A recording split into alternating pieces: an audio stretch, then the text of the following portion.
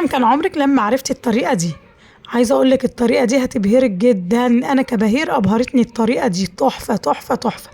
للناس اللي بتعاني من الصداع الشديد جدا، كل اللي عليكي إنك هتجيبي شريط اللاصق وتلزقيه على صباعك ده بالطريقة دي كده، لفيه مرتين تلاتة وهتسيبيه كده لمدة 5 دقايق، وانتي بنفسك هتتفاجئي ان الصداع اختفى بعد 5 دقايق من غير بقى ما تاخدي ادوية ولا علاج ولا اي حاجة.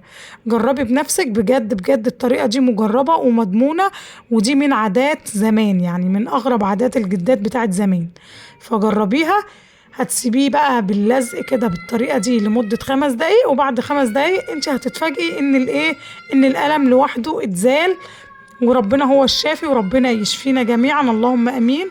وما تنسوش كلنا نصلي على رسول الله في الكومنتات، ولايك وشير يا حلوين عشان انزل لكم وصفات كتير. السلام عليكم.